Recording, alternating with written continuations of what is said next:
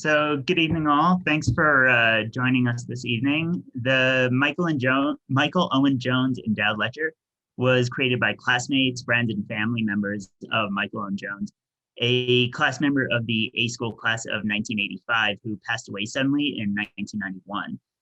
This lectureship in his honor gives students the opportunity to invite a young design professional to the A School for their for an annual lecture. Sorry. This lecture is an important moment on the UVA calendar for several reasons. First, in remembrance of Michael and the impact that he had and that his legacy continues to have on his community. Second, for emerging practitioners to have an opportunity to express their values and contributions being made by the next generation of architects.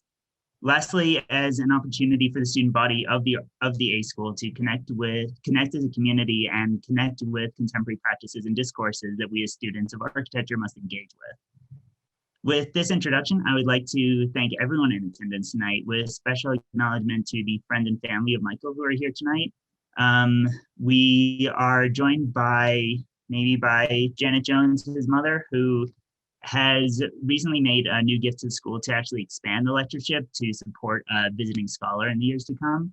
And I would also like to thank his friends Joel Zach, Paul Carriac, Polly Carpenter, and Mary Kay Lanzalotta, and the whole class of 1985.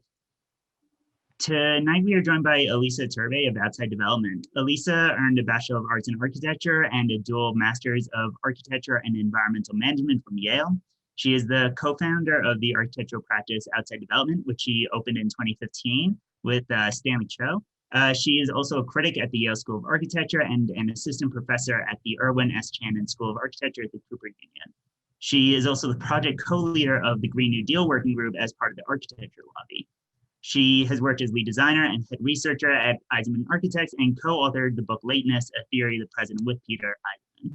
Her work has been published widely in publications such as Perspecta, Paprika, Pulp, DeArq, Journal of Architecture, and in 2019 was the guest editor of a personal favorite of mine, the incredible Log 47, Architecture and the Death of Carbon Modernity. With all these accomplishments, it becomes clear how the MOJ committee arrived at selecting Elisa for this year's MOJ lecture. Only 5 years out of graduate school, Elisa has assembled a strong body of research which critically reframes the relationship between architectural form, the city, carbon, and capital. The pairings and intersections of architectural form, the city, carbon, and capital are critical issues facing the discipline of architecture that need the kind of critical evaluation found in Elisa's work. But they also need to be paired with practical outcomes, which fortunately can also be found in Elisa's work. Normally, we would be gathered in 153 after wandering through a real-life physical exhibition of Elisa's work. I and others would be eyeing some of the free foods to bring upstairs for tomorrow's lunch. Elisa would be with us here in Charlottesville, and we would have the opportunities for interactions large and small around the Nog or around a studio desk, which we have certainly taken for granted. While we cannot be together in person tonight, the significance of this lecture is not diminished, and having this conversation is perhaps more timely than ever. On behalf of the MOJ committee and the entire A School body, I would like to thank Elisa for joining us tonight. And now I'm excited to turn this over to Elisa. Hi, thank you so much for that amazing introduction, and also for this invitation. I'm really honored, and when I received your email and found out more about what this lecture was about, and to know that I was chosen by the students, that felt really special, and so I feel really honored. And I hope that what I say tonight will resonate. So with that, I will share my screen.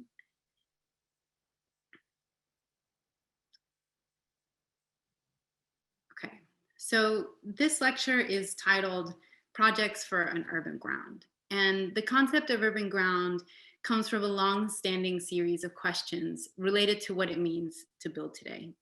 In a time of climate crisis, in a time of industrial and post-industrial excess, in a time of worsening wealth inequality, and a carbon paradigm that seems to only get stronger. And so in the 20th century, architecture grappled with classicism. First, the modernists, because they were declaring its end and they were announcing the beginning of modernity, struggled with classicism. And then the postmodernists, having inherited that modernity, grappled with the meaning of the classical in a modern century. In the 21st century, I feel like we're haunted by a different ghost, a different specter, let's say. And this specter doesn't hold the language of architecture as a central concern. Instead, it's concerned with architecture's full compliance to a system of global industrial production. And this system, like the classical did in its time, produces plenty of cultural and architectural fictions.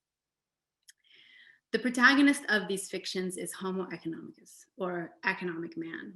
And what I'd like to know is, what kind of architecture does this person build?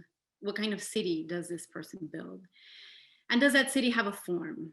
Does that city stand a chance? Or do we stand a chance against this city? But first, let's return to this human protagonist before we get to the city. First conceived by John Stuart Mill, Homo economicus is a human archetype characterized by their ability to optimize between choices that are offered by the market. So in the scenario, the market is a given condition in which the subjectivity of this person unfolds. So the market precedes any individual instance of choice. So in that sense, Homo economicus is an ideal capitalist subject, not only because they reify the market through their choices, but because the market becomes almost invisible, because it becomes a framework through which Homo economicus looks at the world. It becomes a framework by which to interpret the world. So Foucault called this framework an economic grid. And Homo economicus looks through this grid at all aspects of life. Because through this lens, all decisions are rational decisions that are made within an array of options that are presented by the market. So the result is that the economy, rather than an outgrowth of human interaction, operates as an origin story for human interaction. Peter Eisenman once said that early 20th century modernists were trapped in the illusion of their own time. So this has happened again. We're obviously trapped in the illusion of the eternity of capitalism. And this can't but affect the city. A city built by Homo economicus will be subject to the same dynamics. It will be built on the same assumptions. A city built by Homo economicus assumes that the truth has already been constructed by the facts of economic exchange. I think that this city, the city that's built in this way, requires its own theorization. This is the city of Homo economicus. And we might begin by giving this city a name so we can understand its dynamics. Maybe it could be called Urbs Economica. So to understand Urbs Economica, we have to understand the relationship between this economic grid coined by Foucault and the urban grid. The economic grid is a lens of interpretation. Basically, it's Foucault's way of saying that things are made legible through the market and within the market. So in other words, it's a way of seeing. The urban grid, on the other hand, can also serve as an analytic and interpretive lens because it has an ability to index histories of politics and economics and its structure. However, unlike the economic grid, it's spatial and it's material, and of course, it's inhabited. And that means that it embodies both what's premeditated and designed, as well as what's negotiated in real time. It's both what is and what is made to be. I'm interested in the relationship between these two grids. We might think that architecture resides more on the left, and the right, the economic grid, is much more of an abstraction. And in architecture, there's a pervasive feeling of resignation in the face of real estate and these seemingly unstoppable engines. And it would seem that these engines are primary over the form of the city. And that's one of the reasons why we can't overcome our carbon economy. We can't overcome carbon form because these engines seem to be fully in power, fully in control over the space that we work within, not the other way around. But I'd also argue that the economic grid spreads through spatial devices. The economic grid is concerned with the commodification of space. And by concerning itself with space, I feel like the economic grid can become material. And by concerning itself with space, the economic grid and the urban grid find a point of contact. But even despite this point of contact, even despite the increasing closeness of the economic grid to our concepts of space, I'd still argue that Urbs Economica is indifferent to form. And that's because of the nature of its technique, of its devices that it uses. And I would argue that the primary device, the primary spatial device of Urbs Economica is the parcel. And through the parcelization of space, real estate can lay claim to any space and commodify it, no matter its configuration. So in the possibility of an absolute architecture, Pier Vittorio Aureli argues that the urban grid, spreading through processes of urbanization, becomes that very embodiment of economic processes. And so he sees the urban grid as this totalizing spatial logic that precludes other possibilities and gives dominance to the economic over the political. But I would argue that Urbs Economica operates differently than that relative to the urban grid. Because I would argue that Urbs Economica, in Urbs Economica, the economic grid, I would say, operates at the expense of the urban grid because it ignores the spatial qualities of the city in an endless claim to space through the processes of commodification. So what I would argue is that Urbs Economica has no form of its own. It's neither whole nor fragmented. It's neither dense nor sparse. It's a typology of a city, and yet it has no form. It's characterized instead by its voraciousness for space, which it consumes, digests, and spits out in commodity form.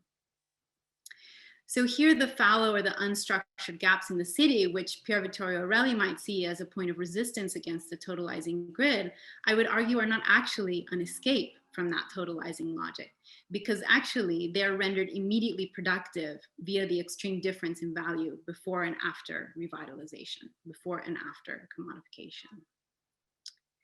So I would give an example here with the city of Detroit.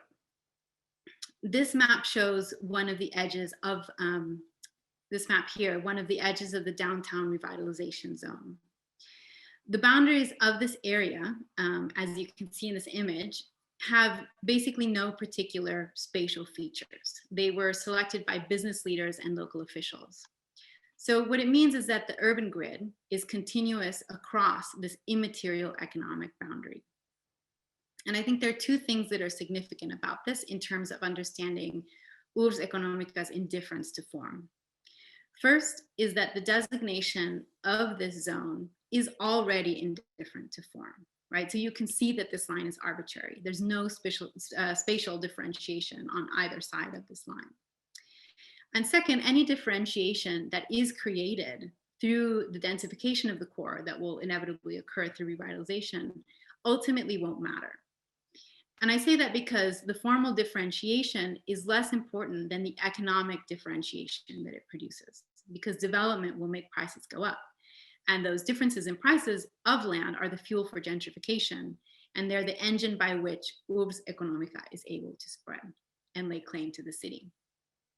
So as the periphery of the city continues to suffer and yield to the municipality's neglect, the increasing differences in value will help to reproduce the economic grid, because the spatial difference between center and periphery that we'll see through the processes of revitalization actually become the fodder for economic integration.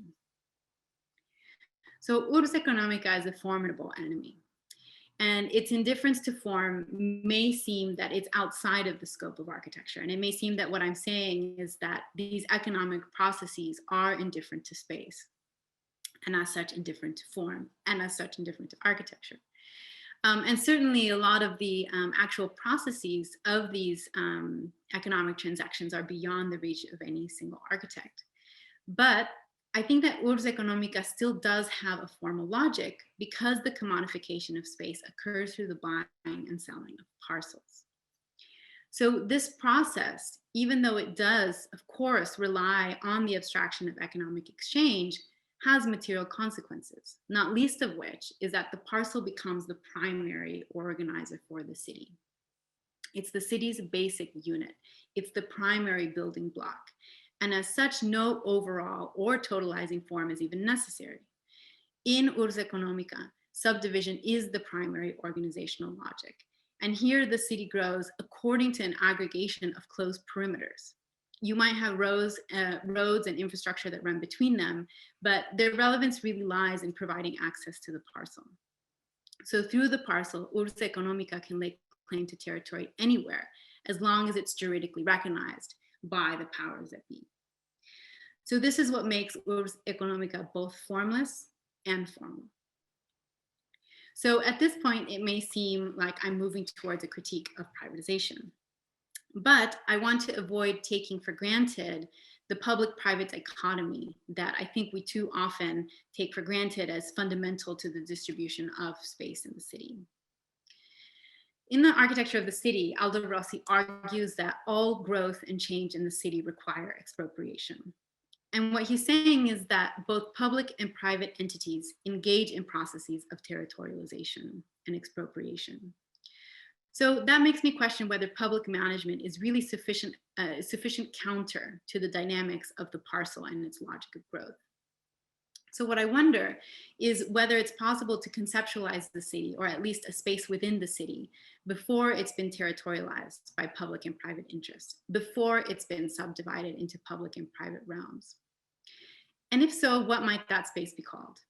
Perhaps we might call it the urban ground, a term for that raw space that's taken up in any act of placemaking and in any act of politics, a term for the spatial precondition of territorialization. And to push this further, I wonder if it's possible to conceive of a space even before territorialization. If that's possible, then I wonder whether it's also possible to imagine a space in the city that can remain outside of the public-private dichotomy even after territorialization occurs. In other words, given the state of our cities now, and given the extent of parcelization that we live within, I'm wondering, might there be a space where the act of territorialization is incomplete? And if so, what does that look like? So, like a good student of the Yale School of Architecture, the first place I thought to look was Rome. And the Baroque period in Rome saw the development of many impressive urban plazas. Before then, Rome had no shortage of public space. So this wasn't really about forming public space that didn't exist. Before the Renaissance, there were many interstitial spaces between buildings that were used by the people of Rome for exchange and distribution of resources. So the claiming of space was often a matter of improvisation. So what happened in the Renaissance and the Baroque periods is that the papacy undertook these massive building projects, which were conceived scenographically. And the historian Genevieve Warwick calls these explicit performances of papal power. And especially since the spaces were often used for papal parades and other such fanfare, the alliance between power and space in a way seemed to be growing. What's interesting though is that it never became absolute, because in the end, the space remained public. Not in the sense that we know it today, that it was managed by public agencies, but that it remained accessible. So once the papal parade was over, the space was returned to the people. So the act of claiming was never complete. And in fact, the Piazza Navona was used consistently as a site of carnival by the people, but also even a state of grievance, right? There's a statue on the south end where people would attach notes of grievance against public officials. And if I'm not mistaken, I think people still do that today. So through these acts of architecture, through these scenographic transformation, space was shaped and perhaps it was transformed, but it was not fully taken. It was not fully expropriated or given over to be owned by a single entity. So the openness of access, I would say, left these piazzas open to an urban ground. So my practice outside development, which I run with Stanley Cho, has long been interested in these questions of spatial occupation. And the following projects that I am about to show are attempts to ask how architecture can open up spaces of urban ground. And these are speculations only, and none of it is built, and perhaps it never will be for many reasons. But within this project and within each of these drawings, we've tried to ask, how is space occupied? And how can architecture open up spaces that operate across the lines that are otherwise drawn upon the ground with what seems like an irrefutable authority? So this is the Burwood Wall in Detroit. It was built in 1941 to segregate a white development from a Black neighborhood. And the wall still stands today. It runs north-south, and it's been subsumed into a fabric of single-family homes now. On Google Earth, it's barely visible. It falls along the edges of these parcels and it becomes basically indistinguishable from the property lines. It looks like an innocuous fence. But of course, just because the wall has been subsumed doesn't mean that racial segregation doesn't exist in Detroit in some other form. And the 2010 census showed a city that was very much still divided. So even if today the line runs east-west instead of north-south along the 8 Mile highway. But what's the nature of these divisions? One is a highway, one is a wall. One is open, supposedly a corridor, an infrastructure of passage, but it's still divisive. The other is an infrastructure of explicit exclusion. So as architects, of course, we can't predict how a space in the city will be used, but if there are lessons here, I think they might be about how certain spatial dispositions can have an enormous impact. So in this slide, we asked, how could the spatial disposition of this wall be different? Tearing it down would have little effect, especially now that it's held by the structures of property and probably someone would put up a fence there anyway. But perhaps then we wondered whether the single wall seen here as it meets the street edge could be doubled, becoming a passage instead of a barrier, a crack between property lines, maybe a glimpse at an urban ground. Because of the location of the Burwood Wall, the passage would traverse 8 Mile. And at the terminus, one might find a third wall, one that serves to hold that space at the end, and one that marks a space perhaps within this banality of the American landscape where cities are plagued by an excess of space with a lack of markers. In this context, this wall might serve to receive instead of divide. And maybe this wall will remain blank as a backdrop until something happens to make it otherwise. So through that project, we began to question the nature of procession. And architecture by its nature dictates how we move through space. So architecture then has the capacity to create spaces of procession. So for example, the baths of Diocletian in Rome. At the baths, a bather is meant to move axially from one bath to another, from calidarium to tepidarium to frigidarium. The spaces themselves are as important as the sequence that emerges as you move from one to the next. So this project is a simple hallucination that deploys that sequence to see if we could transgress some urban divides. So we began by taking the plan of the baths and mirroring it and splicing it, making, instead of a sequence from A to B, a double progression that takes bathers from opposite sides towards the center. Embedded in the city fabric, the baths become a stitch, an opening in a sea of parcels. And in this opening, you can move freely from one side of the block to the other, from the subway to the tram, each of which goes to different parts of the city, each of which serves different populations. And those populations can perhaps meet here in this interstice at this stitch that might perhaps transgress this otherwise rigid urban grid.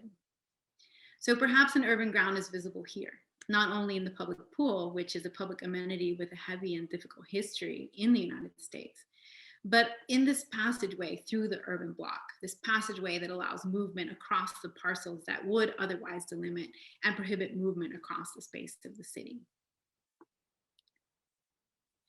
So the final project I'm going to show is grounded in our exploration of community land trusts, which we've been studying for several years now. And these first two projects that I showed are simply speculations. They were quick projects that we did and early projects that we did as we were trying to think through what kind of architectural languages we might use to address the problems that we see around us. But this work with the CLT is recent. And while speculation is of course involved, I would dare say that we take that speculation seriously. Because I believe really strongly that community land trusts have an untapped but radical potential. And that potential resides in the possibility of subverting the lot line, the parcel. As I mentioned earlier, the parcel is the basic spatial unit of the neoliberal city. So in a city that grows by parcel, the possibilities of change are always framed through the buying and selling of land. So in that context, there's little escape from commodification. And in that context, a territory is already fully subdivided and there's no possibility of standing outside of the economic grid. Even if you might have publicly owned land, those lands are still delimited as well. And there's no guarantee of access in any case to a normal citizen. So the public land that we have in the United States is not necessarily a counter to the parcelization of private land. Furthermore, when you have a division between private land and public land, you get a division of maintenance. And private land is maintained by individuals, nuclear families, and corporate entities, which rarely work together to manage the land as a larger aggregation. And public land is managed by municipalities and states and federal agencies, who sometimes work together. But that separation of public and private is a division of maintenance. And the result of that division is an unevenness of care that we see across the landscape. I would say that's also an important source of our inability to address ecological questions. We refuse to see the land as an ecological entity. We see it as this parcelized and subdivided series of spaces. So in this context, community land trusts already present an advantage because their primary mechanism is to take typical homes and create affordability by separating the ownership of the house from the ownership of the land. So this automatically lowers the cost of the home by removing the cost of the land or separating out the cost of the land. And so the CLT acquires the right to set the terms of ownership on that land. So the CLT will use this to set limits on appreciation and keep homes affordable. However, as much as that's a promising beginning, what happens often is that the occupancy of the home, of the parcel, of the land itself often remains the same. And in fact, many CLTs really like to emphasize that the ownership of the land beneath your home, if you're a resident of the CLT, will not be disturbed or infringed upon. And the CLT won't prevent you from treating the land as though you did own it. So what we wondered is whether it's possible to reimagine the CLT, not as an entity that simply splits ownership, which is this diagram that you see here, but instead one that builds a bridge between land and people, where the land is thought of not as individual parcels, but as an aggregation of spaces that add up to more than the sum of the parts. So in that same vein, the people that inhabit the CLT might be thought of not as individuals, but as a collective of neighbors that can engage in stewardship of that land that might itself be also considered a collective, or at least collectively cared for. So here the CLT would remain at the center as a democratically run entity that helps to orchestrate this link between land and people. So we thought that this was possible because existing CLTs already offer assistance to their residents.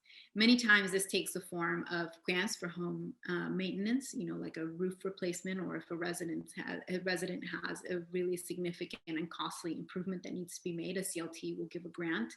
CLTs often offer legal assistance as well. So the CLT already positions itself as an entity that provides support to the neighborhood and to residents. So our thought was to expand this notion of support to include support for broader stewardship initiatives. Ultimately, perhaps creating something like a self-sustaining community system. So at the heart of this would be a two-pronged strategy. On the one hand, we'd have land-based strategies, and these are strategies for the built environment and for infrastructure. And they would be focused on two primary goals in our minds: planting and construction. Planting because nothing is more urgent than carbon sequestration.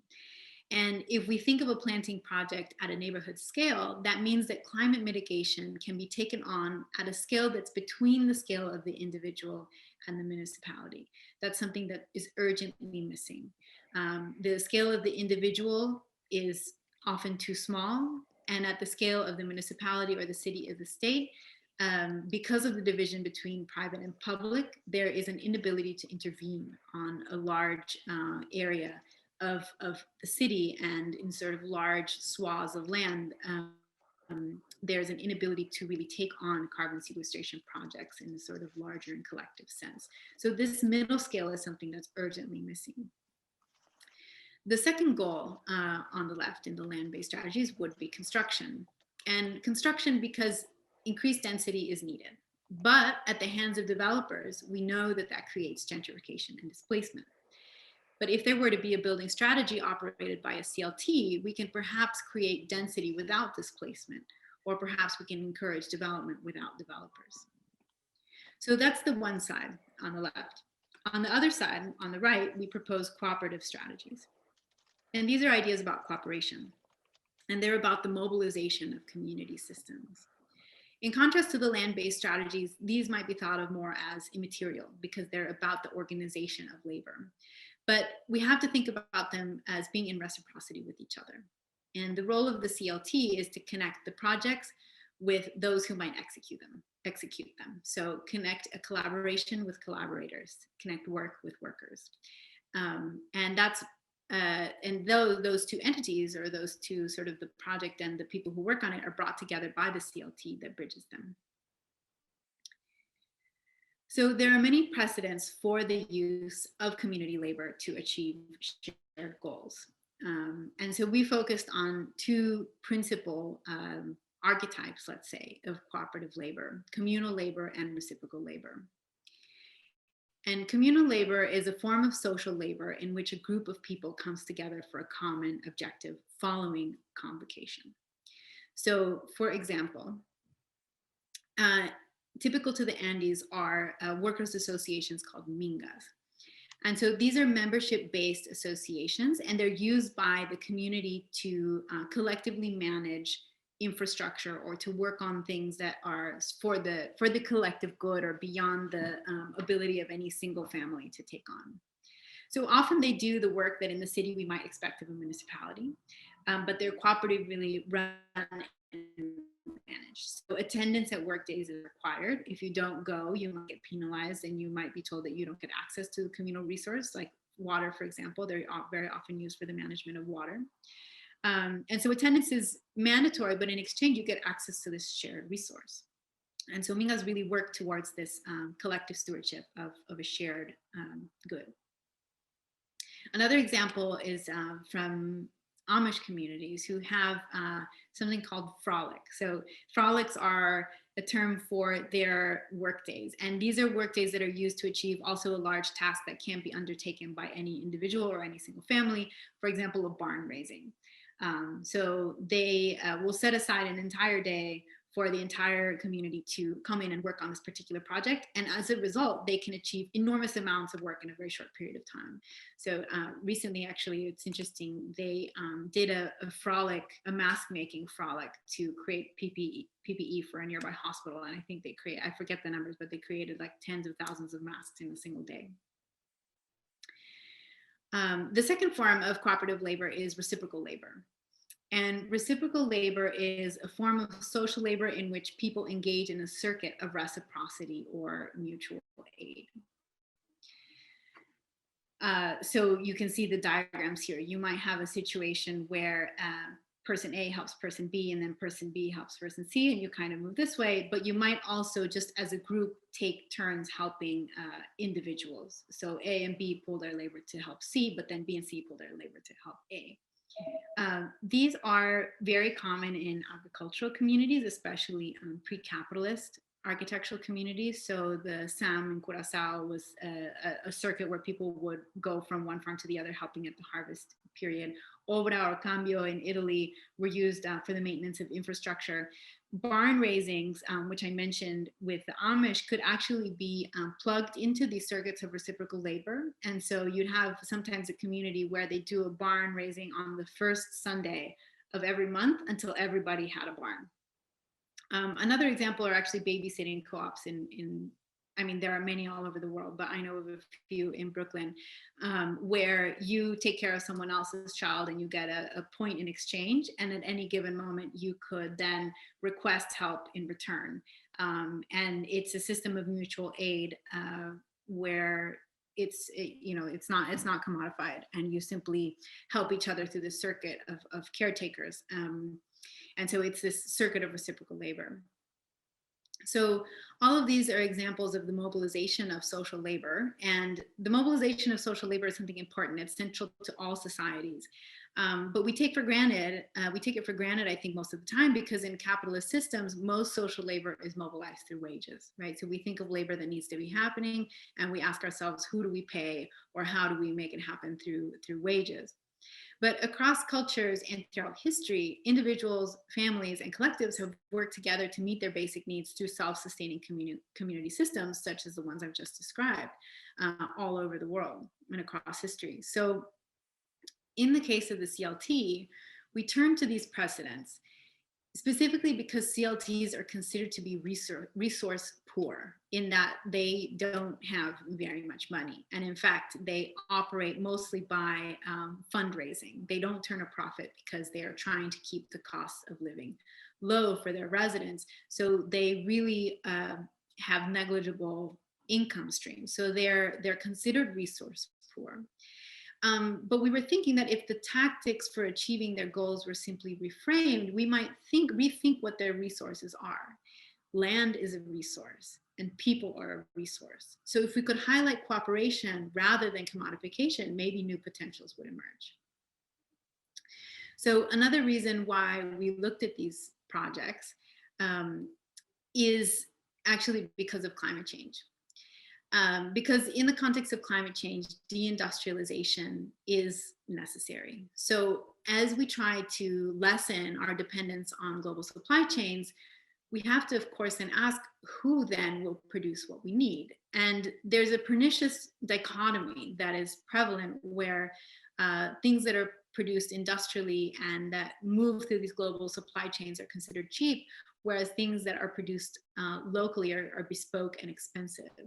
And so the problem with this, well, there are many problems, but one of which is that low-income communities are left with no choice, or basically with little choice about their own environmental footprint.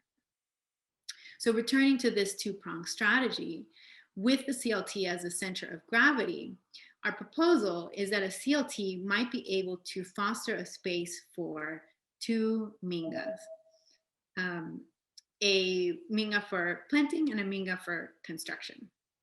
So both of these could be membership-based workers' associations that you would gain access to through the CLT. So either you're a resident of the CLT and you are given the ability to join, or maybe even you're simply a neighbor and you join one of these cooperatives by paying a small membership fee.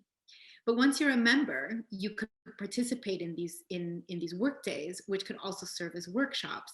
The workshop serving as a sort of job training, the kind of fostering of knowledge in the community, as well as these wider projects of stewardship. So the mingas in our sort of proposed imaginary CLT would be, the construction minga would focus perhaps on rammed earth construction. And we thought of rammed earth construction.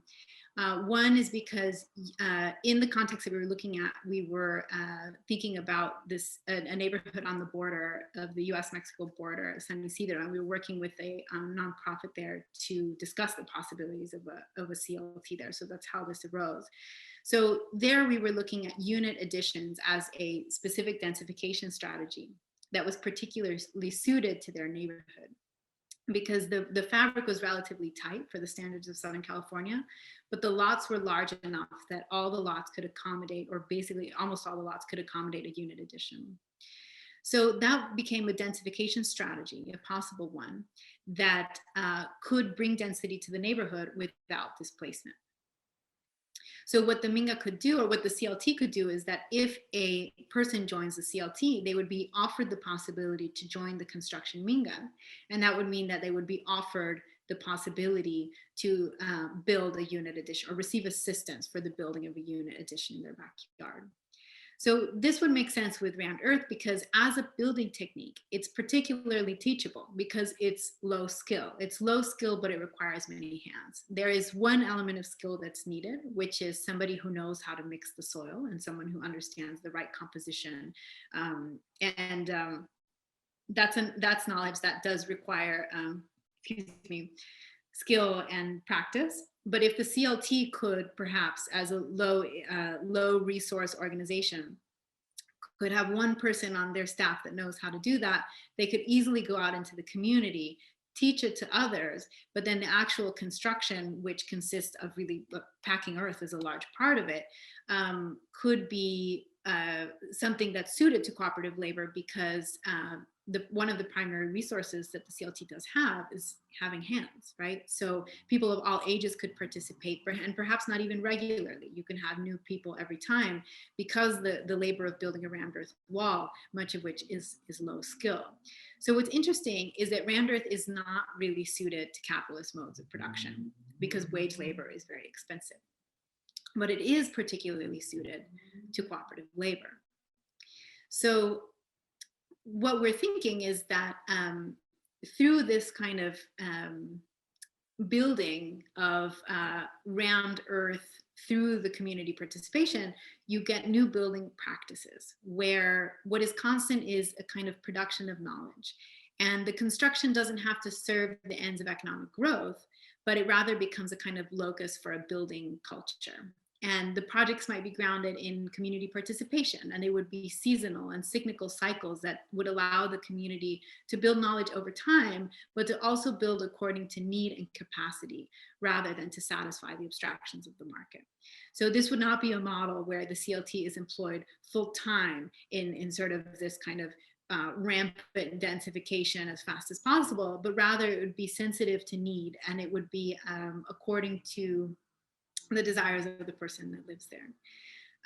But there would be also an exchange of knowledge. So a person might be incentivized to participate because in participating, they would gain this knowledge, they would learn this technique, and they could perhaps then be employed elsewhere with that knowledge, especially because rammed earth is becoming more and more desirable. And in Southern California, where this project would hypothetically be located, the eventual replacement of timber construction with rammed earth would be a really important strategy for resilience in the face of fire.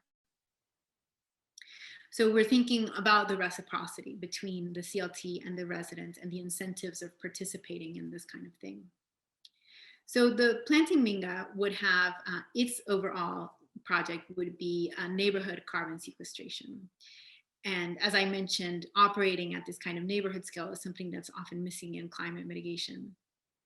And these planting projects could happen at 3 scales. They could happen at the level of the garden, the orchard, and the habitat. But the Minga Botanica could acquire expertise at each of these levels, and in the same way as the rammed earth construction, teach people to plant, but also constantly provide assistance through these circuits of reciprocal labor. So you might ask for assistance in planting a native garden in your yard, knowing that you on your own have trouble maintaining that yard. But through the assistance of the Minga Botanica, not only do they come and help you plant the first time, but through participating in the circuit of reciprocal labor, you could receive assistance again and again, as long as you are also participating in assisting others through this circuit. So I'm just going to go through a couple of hypothetical scenarios that basically imagine how this activity in the CLT might play out. So let's say that this person, this neighbor here, lives on this lot and they decide to join the CLT. So what that means is that they give their land over to the CLT. They retain ownership of the house, but the land belongs now to the CLT. In exchange, they decide that they would like to participate in the planting Minga. And one of the things that the CLT has developed is this standardized hydroponic fencing system.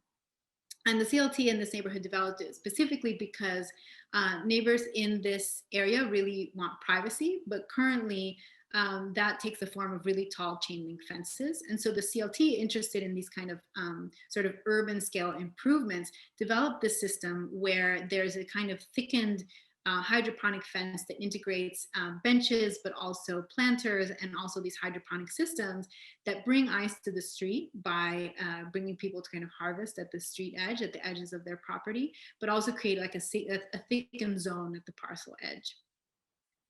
So eventually, the neighbor to the south also joins the CLT, and they see how their neighbor to the north has been really benefiting from their hydroponic system, and how the fence looks really nice. So they decide that they would like one as well. So they join the Minga Botanica, and they also have their fence built. And so they start to create a more continuous line, on the street edge.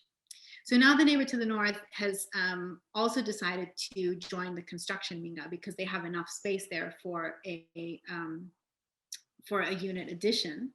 And through an arrangement with the CLT, if a unit addition is built, the person there would be able to rent it out, and it would become a secondary income. The conditions that the CLT places on that is that the rent has to be, it has a limit to how much, it has sorry, they're called resale formulas that limit the appreciation of the value of the home, but they also work for rent.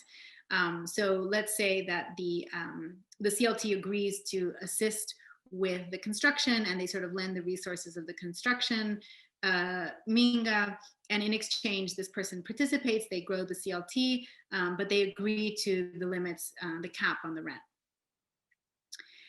So what happens is that this building, it seems really desirable also to the neighbor on the south. But what happens is that because these two lots are adjoining, and because the CLT is a single owner of both, they can apply to the city for a lot consolidation.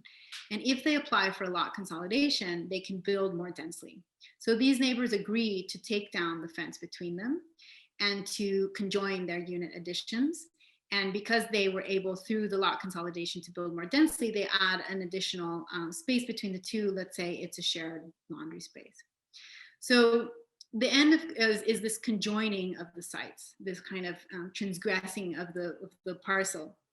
And you get higher density, even though the current residents have not been displaced. And over time, because they continue to participate in these Mingas, they eventually work with the Mingas to plant orchards and native gardens, which can also sort of be planted across both of the lots that have now been consolidated. So a second scenario looks at a lot that is larger. And let's say that this is a family that really struggles with the maintenance of their yard. And currently it's a yard that basically lies fallow. It's barren, but presents maintenance issues for that reason. So this person joins the CLT, and they give the land to the CLT in exchange for protection against gentrification, in terms of all the other protections that the CLT provides. And they immediately join the Minga Botanica because they have a lot of issues maintaining their yard, this enormous yard.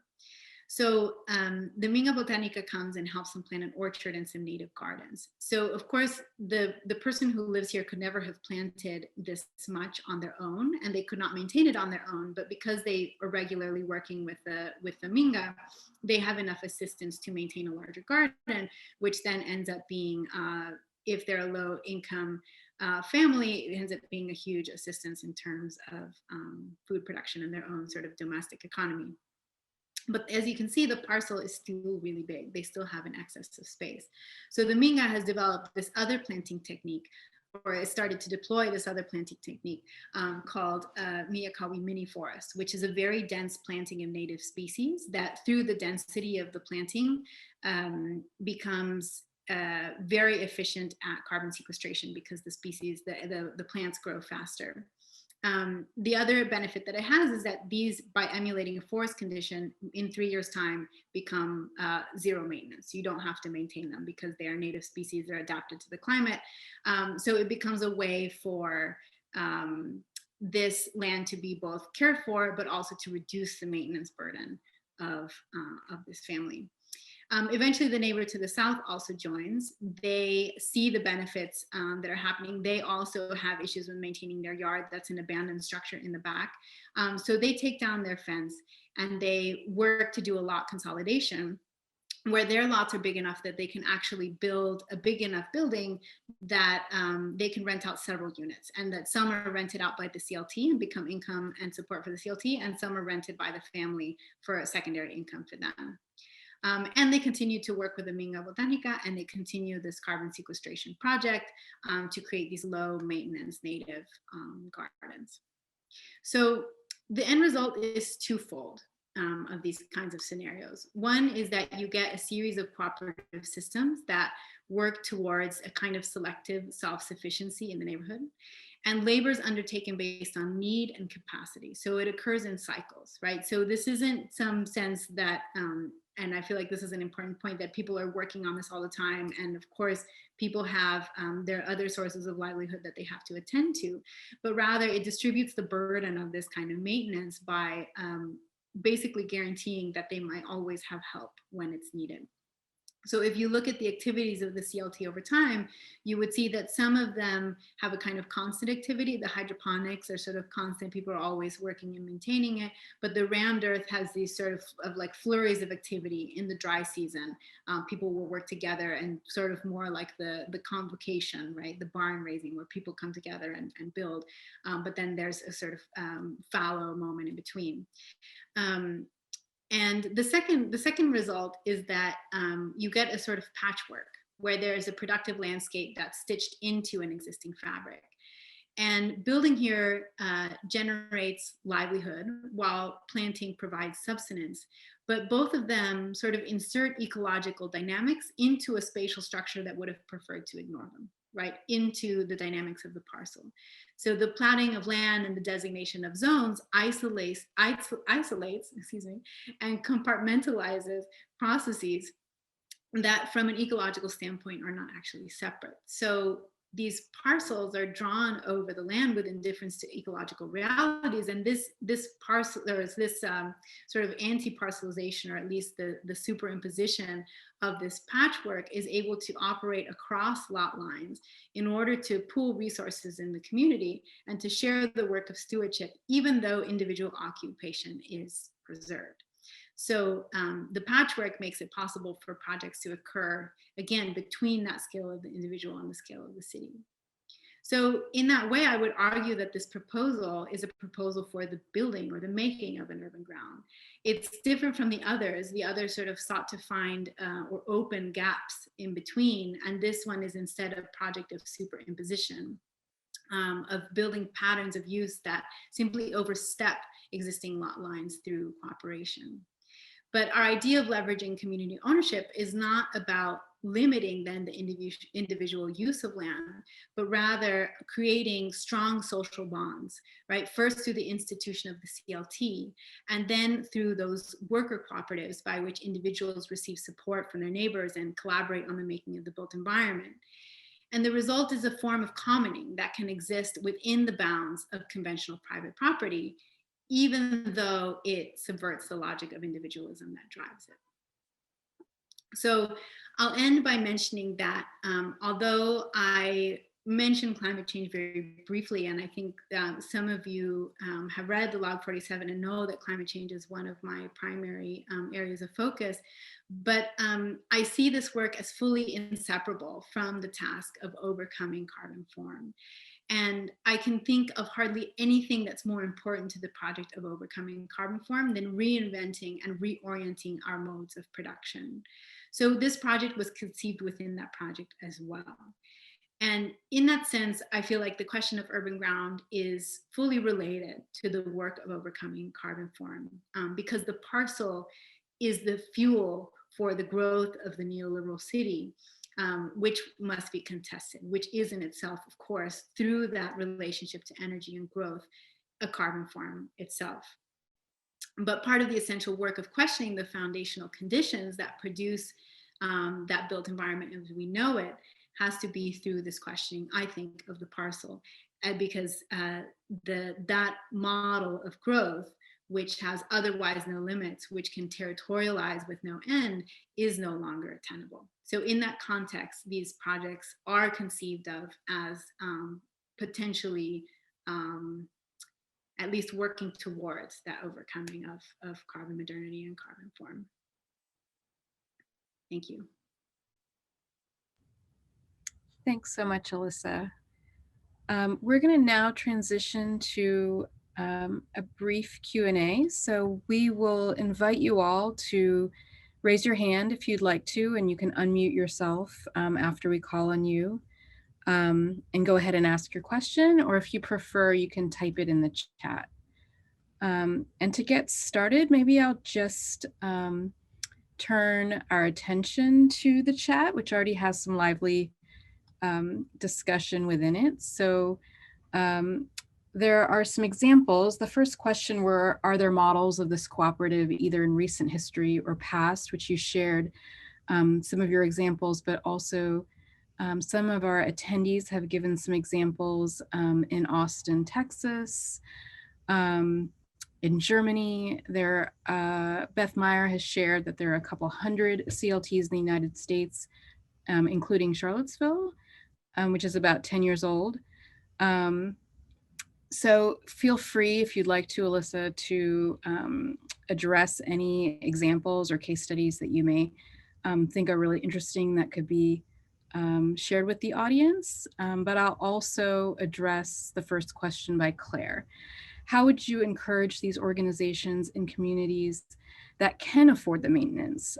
For example, hiring labor. So as a model where the cooperative example could be used even when the economic need may not be there. Well, so I mean, I think that what we're proposing in this case with the Community Land Trust was both developed for a specific client, looking at really specific local conditions, but is also thought of as a model, right? And what's interesting about the way that they hired us is that they hired us to help think with them, right? And so the work of this project is really meant to sort of hypothesize with them as to possibilities and sort of think about what models might be possible. So I don't know if it's fully possible for any of it to operate without wage labor at all, right? So I assume that there would have to be some give and take, and there would be certain people who would be employed to work on this, and then others who would be community members that are simply engaging in the reciprocity. But I guess in terms of communities that can afford it, I mean, I think the reason to move away from a paradigm of pure wage labor is not through a conception of scarcity, even though perhaps I framed it that way because the CLT is resource poor technically. But I guess perhaps I meant to say that that quality of the CLT is what helped us think differently about the given condition. And I think that working cooperatively towards the maintenance and stewardship of land and a community is inherently a different model. So I think that it shouldn't happen only out of economic necessity, but due to the potentials that it creates for, again, transcending these divisions between public-private, for allowing for a different model of development. So I think one of the things that most heavily limits the architectural imagination are all of the assumptions that we make about how the built environment is produced. So this idea that a city can only densify through existing models of development. I think even if you have all the money in the world to do that development, I'm not sure you should, especially given the context of the climate crisis. So these ideas really stem not really from an idea that this could only happen in a low income neighborhood because those are the constraints. And if those constraints are gone, then it's not necessary, but rather working with these limited resources allowed us to think outside of the current modes of production and allowed us to then speculate on how changing those and like conceiving of labor differently was actually a fundamentally different condition for the production of architecture.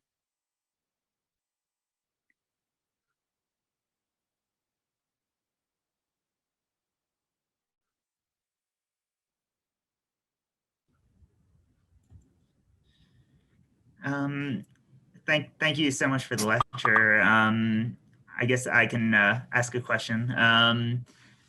I really like how like optimistic you are about, like, I feel like I'm weighed down with like a lot of pessimism about like the climate and capitalism and all these different things.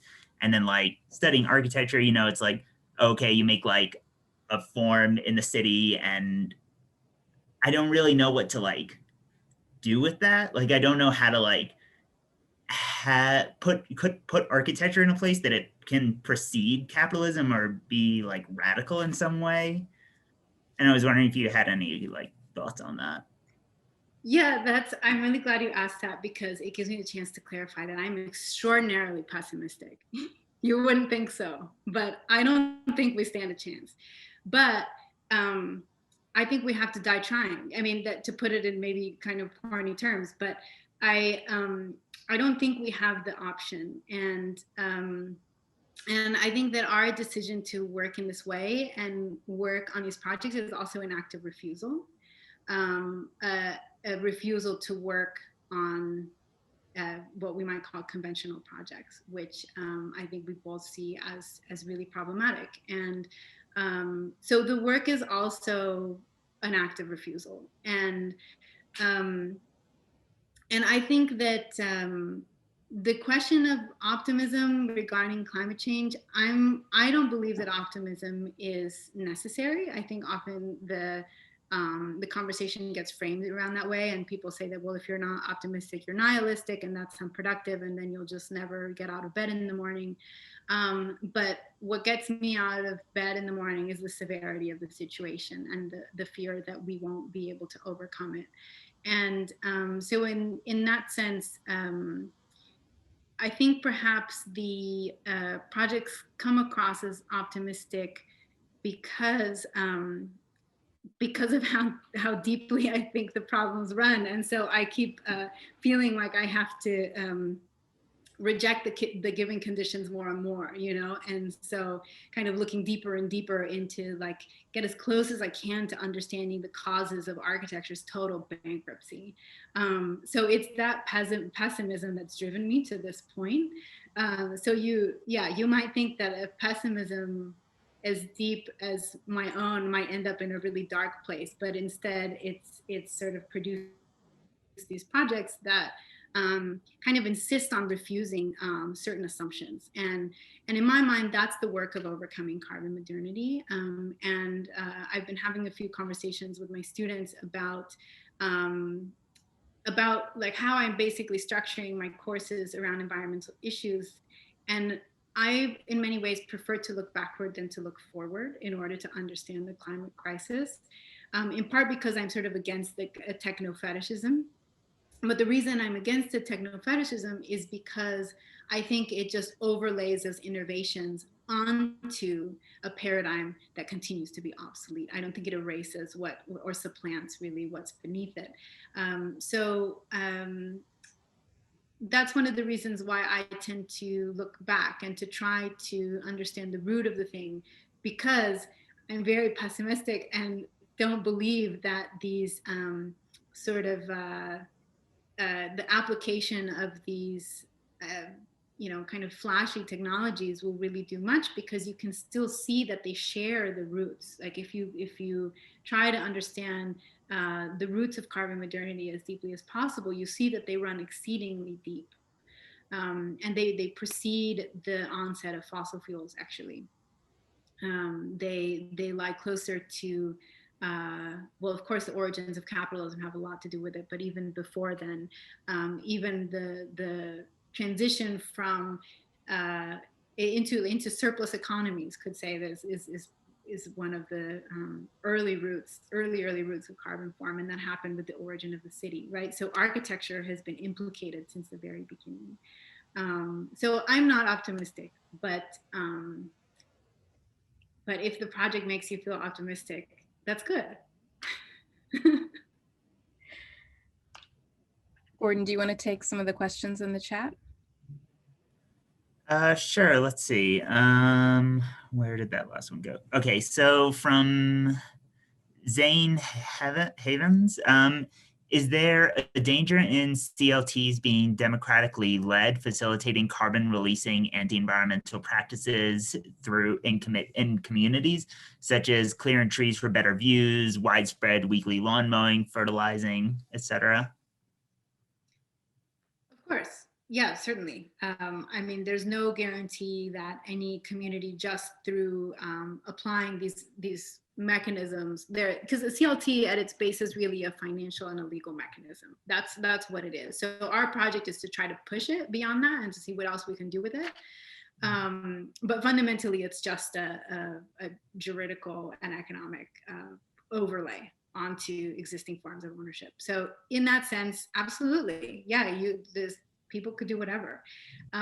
So I think the other thing that's really important to clarify is that we don't assume that any of this would actually happen like this. It's a proposition and it's a model that we felt honored to be able to share with the nonprofit that we were working with in San Diego. And we felt like it was just a great privilege to be able to sit at the table with them and discuss these things. But we are under no illusion that it will actually play out this way. And it has to go, this can only happen through it being built from the ground up by the community. This is not built with us, by us. It's simply a model that we helped develop based on what they told us that they wanted. They wanted to work more urbanistically. They have a main street that they want to think of as a corridor, a cultural corridor. They have a gallery at the end of the street that they want to be a sort of hub. And so they have all of these urbanistic ideas. And so a lot of the question was, okay, if we start a CLT, can we take on these bigger projects? So like, that's really where a lot of this came from. So it was also like us listening to them and then trying to think about how we as architects and with our own understanding of space and how things are made in the built environment and how change occurs in the built environment could help them think about mechanisms that they could then perhaps take on and perhaps not. But we're under no illusion that it will happen this way. They may not even feel like they can take on the Mingas because of course it is work to establish something like this. But from our end, we felt like it was a really wonderful set of conversations where we could sort of sit together at the same table and question how the environment is produced around us. But eventually, yes, these have to be controlled by the community or else they won't work. But I think that becomes another question about what it means to overcome carbon form, right? And what it means. It's also a culture, right? And that kind of change is something that we can't not only like engender on our own as architects, we certainly cannot enforce. We can't enforce anything once something we've built is in the world. That's it, it's out of our hands. But I also believe that the power of images is very strong. And that one of the most political things that an architect can do is to put an idea in the world that didn't exist before, right? Because power perpetuates itself through replication. So if you sort of insert something that is different from what came before, that's sort of a spark, an idea. So that might have some impact. So we have a question from Martin, who asks for maybe a little bit of clarification. Can you review the mechanisms for CLTs to acquire land? What are the incentives for parcel owners to give over their land? Is it an alternative to repossession by the government due, say, to the inability to pay property taxes? That would allow people to stay on their property and remain connected to the community. Do CLTs maintain this type of relationship with municipalities, and could they? Yeah, hi, Martin. That's a great question. And yes, so one of the reasons why the Mingas even were on the table in terms of our conversation is because of this question of land acquisition. So the neighborhood that we were looking at, San Isidro, is a high occupancy neighborhood. And it has a mix of renters and owners. But a lot of homeowners would probably not want to give over their land, especially the area is currently going to be upzoned probably pretty soon, which means that their property values would go up. So as much as the CLT likes to guard against that, there would probably be many neighbors who would say, you know, I'd love for that, for the property, my property, I own this house, for the value to go up. So what this model was really developed for was actually to mitigate for the difficulties that this nonprofit would have in acquiring land by creating incentives. So the economic incentives in this context may not be there, to be honest. But if we could say, okay, so your house value will go up, but the only way that you can get a benefit from that is to leave, you have to sell. Consider that against a situation where, yes, your house won't appreciate as much as it would otherwise, but you'd suddenly get all of this assistance with your garden. You get to build a unit addition, and a unit addition you could actually rent out, and it would be a secondary income to you. So you don't get money from selling the house, and maybe that will be more in the long run, depending on how much the value goes up, but there are all these other benefits. So in our model, actually, the circuits of cooperative labor were specifically related to that question, where land acquisition in this neighborhood would be really difficult. Most other CLTs acquire land because there's been some sort of crisis of some kind, and they acquire land cheaply from the municipality most of the time. So the Oakland CLT had a lot of abandoned lots that they were able to acquire for really cheap. And there are a handful of other examples of sort of people negotiating for cheap land because it's been either abandoned or has some other issue, and the city wants to take the land off their hands. So that's actually the primary way in which CLTs gain access to land, is through something like that. You sometimes get a situation where neighbors come together and realize that it's all in their collective good to form a CLT. That's actually more rare. Usually you have sort of like a handful of farsighted people that then look at these abandoned lots and have this idea and kind of sort of work from the ground up from there. You ask, is it an alternative to repossession by the government? It really just depends. And this is the other thing about CLTs, and one of the reasons why we felt that we could kind of take liberties with it, is that CLTs, they have certain characteristics, but generally are highly flexible. And so their models vary really from one place to another, really. They'll have sort of like some basic characteristics, but they are really democratically run and democratically built. So neighbors will kind of write the bylaws as they see fit. So there is no single solution.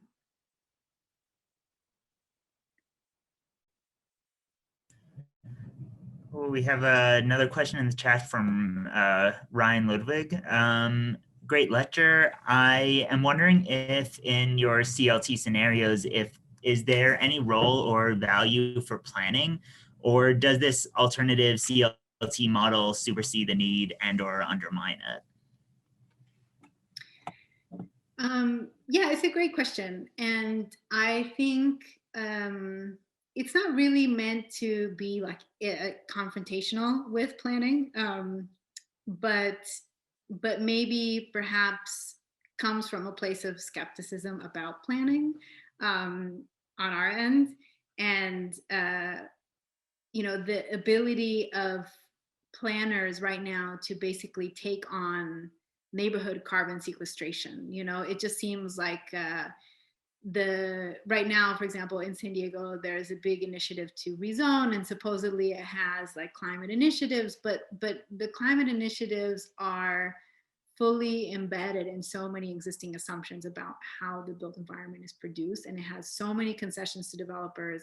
And supposedly the developers make environmental concessions themselves by adding gardens and whatever, but it has just felt just grossly incomplete. And so going back to this question of like really trying to consistently get at the root of the problem, the tools that planning often uses seem to me to be often insufficient. So I don't think it really is in conflict with the initiatives that planners might undertake. I think planners can plan around this kind of thing with no problem.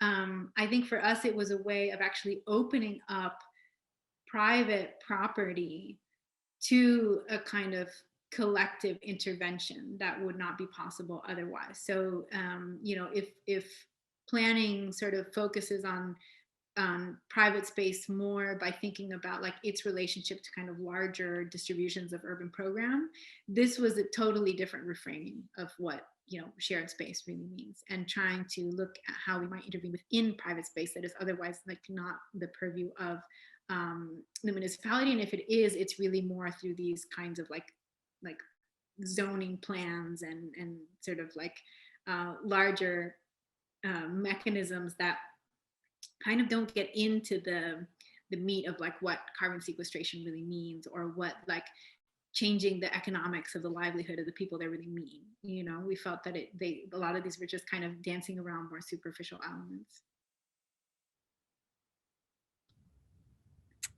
So we have a couple more questions. The next one is from Mona El Kafif. She starts by thanking you for a fantastic presentation.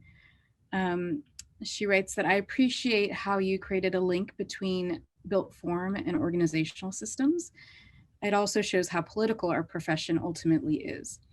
Collaboratives are quite common in Europe, and I have often heard in the United States that they've been called socialism or communism. Would you agree that the CLT has the potential to bypass this discussion as it emerges from the individuals to commit to the common? I hope so. I think that kind of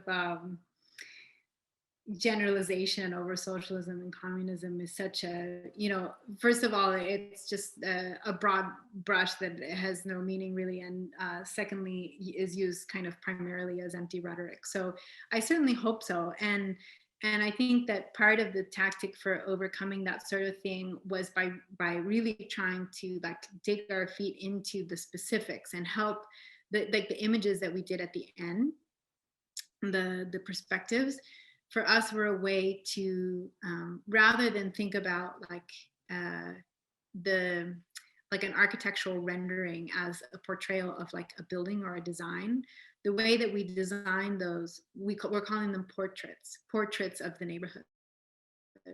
And architecture actually is primarily in the background. It's primarily a backdrop in those images, because what we were trying to do is to think about them as portraits of the people that would live there and live in this way, and would thus serve as a tool for the CLT to help people imagine themselves that way, which is often one of the barriers against something new, is that you can't imagine yourself living in that different way.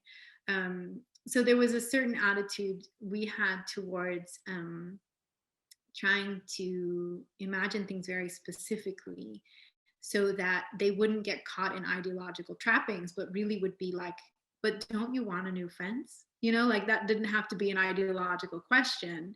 Like, would you like help with your garden? Doesn't have to be an ideological question. So that's kind of how we were trying to circumnavigate some of the that kind of empty rhetoric. I think it's really important. So.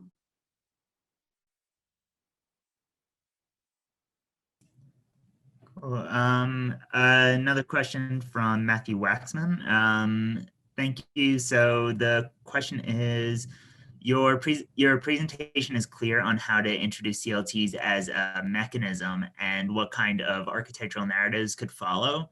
Alternatively, how might CLTs or the lessons learned from them be deployed in existing institutions such as universities, public housing agencies, in order to change their existing less desirable and less democratic approaches of community involvement?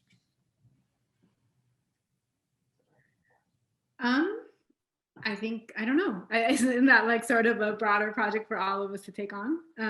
I think it's a great question, right? And one of the things with working on something like this is always like, yeah, this question of how the ideas then sort of exist in the world and get disseminated. But like, if there's one thing that became clear to me, is that this is a model that it has absolutely not been exhausted. If anything, I think the potential is really only beginning to emerge. So that to me seems like a fabulous question. I don't know the answer precisely right now, but I think it's a great question worth asking.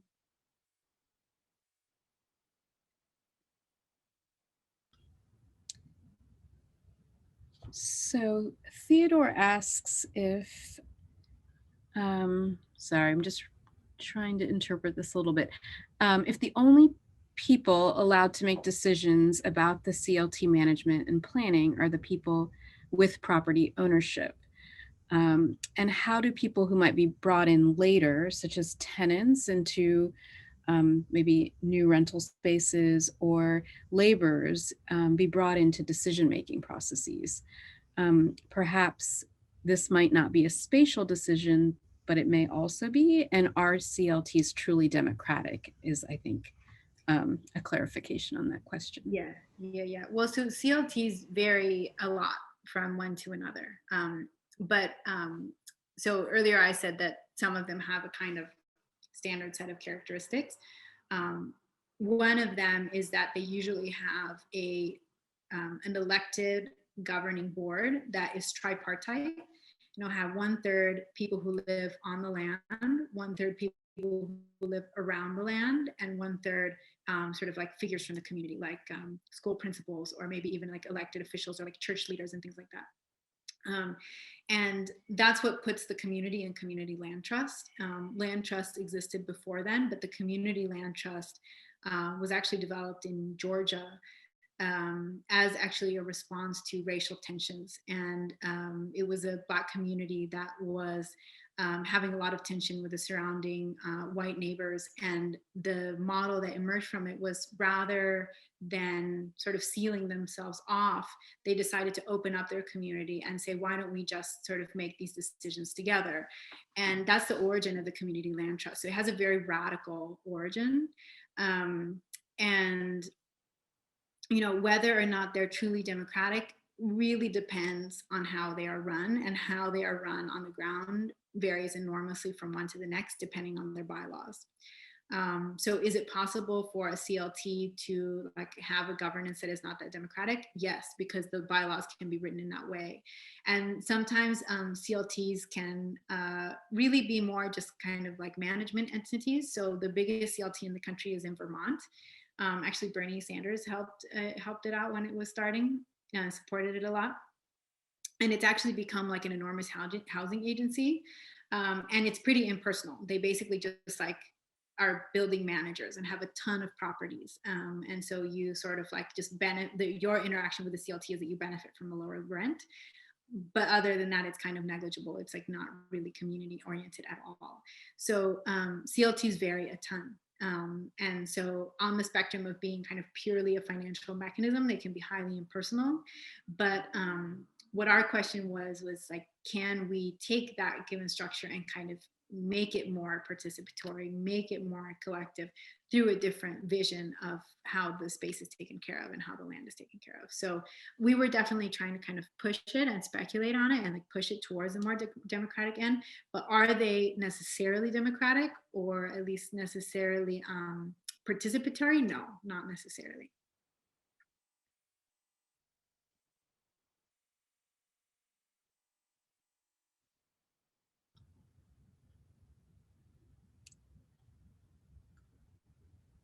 Do we have any other questions, maybe from the audience? We have a couple more minutes.